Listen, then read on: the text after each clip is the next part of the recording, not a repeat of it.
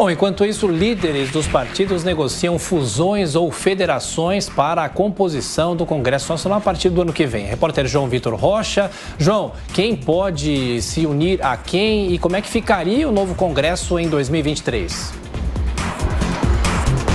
Temos muitas negociações, viu, Thiago? Muitas negociações acontecendo em Brasília para definir como será a composição da Câmara e do Senado do Congresso Nacional na próxima legislatura a partir de 2023. O que a gente já sabe? Amanhã, na quarta-feira, representantes do União Brasil e do MDB, a gente lembra que o União Brasil já é a fusão do antigo DEM e do antigo PSL, eles farão uma reunião para começar a discutir uma possibilidade de fusão desses dois partidos, o que criaria uma bancada gigantesca no Congresso. Se esses dois partidos de fato fizerem essa fusão, MDB e União Brasil, seriam 101 deputados federais e 18 senadores compondo esse novo partido. Essa principal discussão, ela tem um apoio de apoiadores do presidente Luiz Inácio Lula da Silva nesses dois partidos, principalmente no MDB, aqueles caciques lá da região Nordeste que já apoiaram a candidatura de Lula no momento da eleição contra a candidatura de Simone Tebet, que era a candidata do MDB,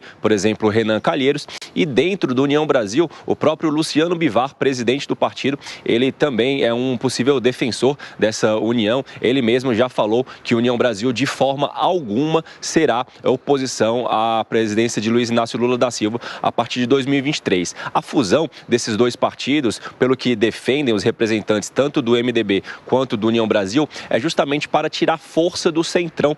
Nesse momento de governabilidade fragmentada, o Centrão tem muita força, muitos partidos unidos, então a intenção é criar bancadas muito grandes, bancadas maiores, para dar uma governança, uma governabilidade maior para Luiz Inácio Lula da Silva, principalmente tirar força de Arthur Lira, que tenta a reeleição à presidência da Câmara dos Deputados a partir do próximo ano. Mas além dessa possível fusão entre MDB e União Brasil, outros partidos ainda também seguem conversando para possíveis fusões ou federações partidárias. O próprio União Brasil, ele tem conversas com o PP para fazer a fusão desses dois partidos. A gente lembra que o PP é o partido de Ciro Nogueira, ministro-chefe da Casa Civil do governo do presidente Jair Bolsonaro. Caso esses dois partidos façam de fato uma fusão, seriam 106 representantes no Congresso. Uma outra negociação, outra conversa que acontece é entre a federação partidária que já foi realizada entre Cidadania e PSDB. Eles estão dialogando para ampliar essa federação partidária também com o MDB e com o Podemos. Caso esses quatro partidos se unam e façam uma federação partidária mais ampla, seriam 73 representantes no Congresso entre deputados federais e senadores eleitos. Outra possibilidade também que existe de fusão é entre o PROS e o Solidariedade. Juntando esses dois partidos, seriam 8 representantes na Câmara dos Deputados e no Senado, no Congresso Nacional. E a quarta e última possibilidade que existe de fusão, que está sendo realizado esse diálogo, é entre o PTB e o Patriotas. Caso esses dois partidos se unam, eles seriam representados por 5 nomes no Congresso Nacional, viu, Thiago? Então, muitas conversas acontecendo nos bastidores. É isso, e o João Vitor Rocha continua acompanhando essas negociações. E agora, já nos nossos comentaristas para falar sobre essas fusões de partidos. Roberto Mota, começando por você. Ontem entrevistamos aqui Gilberto Kassab, ele deu uma declaração interessante, não é, Mota? Que até 2030, com essas fusões e as composições dos partidos, o Brasil terá 8 legendas. É preciso reduzir o número de partidos no Brasil, não é, Mota? Pois é, Thiago. É importante lembrar que a União Brasil já é originalmente uma fusão do antigo PSL com o DEM. Além das fusões, os partidos podem criar as federações partidárias. E com vários objetivos, né? Partidos pequenos podem fazer isso, se juntar a outros ou criar federações para escapar da tal cláusula de barreira, que coloca algumas metas a serem atingidas. Se o partido não eleger um determinado número de representantes, ele não tem tempo de televisão e ele deixa de receber algumas verbas partidárias. O outro objetivo é ganhar poder, conseguir mais espaço no Congresso Nacional. Há quem ache isso bom, como, por exemplo, o Kassab disse aqui, quanto menos partido, melhor. Eu não tenho certeza se um número menor de partidos é melhor para o eleitor. Eu acho que seria muito mais importante, por exemplo, simplificar a legislação eleitoral para que não aconteçam esses absurdos que a gente está vendo. Quem já foi candidato, né, e o Paulo depois pode comentar sobre isso, sabe da complexidade da legislação eleitoral, que no final das contas deixa o candidato totalmente refém de quem controla os partidos. Acho que isso seria muito mais importante do que reduzir o número de partidos, e eu acho que seria também muito mais importante aproximar os partidos dos eleitores. A maioria dos partidos brasileiros é um negócio, tem uma vida à parte da vontade do eleitor, né? O objetivo do partido se torna a conquista do poder para quem controla o partido. E o eleitor entra aí como um mero detalhe na época das eleições. Eu acho que isso é que devia mudar. Diogo? Pois é, essa questão das fusões, toda essa movimentação interessa muito, obviamente, ao presidente eleito Lula, porque ele terá um grande desafio de conseguir maioria no Congresso para aprovar as medidas que ele pretende para cumprir suas promessas, enfim, para fazer o papel que ele terá, que é o de governar. Por quê? Porque o PT, junto com outros partidos de esquerda que apoiaram a candidatura de Lula, tem uma base pequena nessa nova legislatura que começa no ano que vem.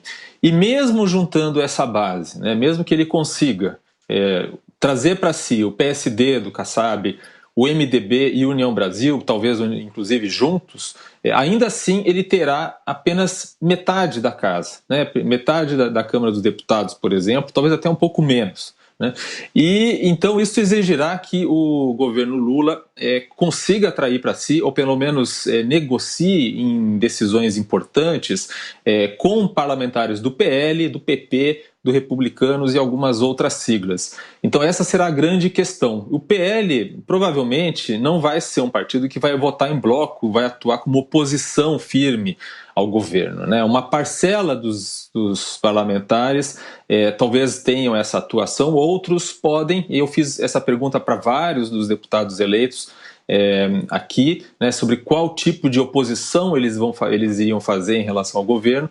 Então essa será a grande questão, né? Qual parcela do PL, do PP e do Republicanos que o próximo governo vai conseguir atrair para si em questões específicas, para conseguir justamente a governabilidade. Deputado? Olha, essa legislação que impõe a cláusula de barreira e que também é o principal fator de indução dessas fusões de partidos e formação de federação, ela está cumprindo o objetivo dela, que é dificultar a vida dos partidos e induzir mesmo a essa redução. Mas ela tenta corrigir um outro problema que tem origem num outro ponto, que é a garantia de financiamento público para as legendas. É isso que faz com que partidos artificiais, sem necessariamente representatividade, tenham a sua existência garantida. E aqui a minha observação não tem nada a ver com uma condenação moral necessariamente ao financiamento público. Eu estou fazendo aqui uma análise de modelo. Optou-se no Brasil por este modelo, um modelo de financiamento público do partido e depois das eleições, das candidaturas, mas o financiamento público de partido faz com que a pessoa se organize, ela cumpra ali requisitos da Justiça Eleitoral e cria um partido e passe a ter acesso a um fundo.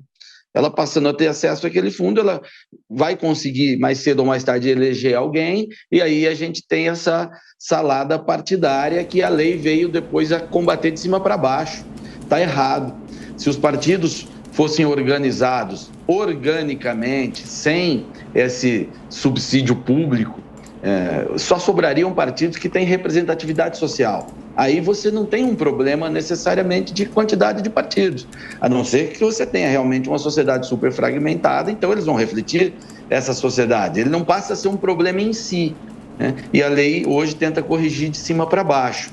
Agora, o efeito prático dessas fusões aí na nossa realidade é a facilitação para a cooptação do poder legislativo pelo poder executivo.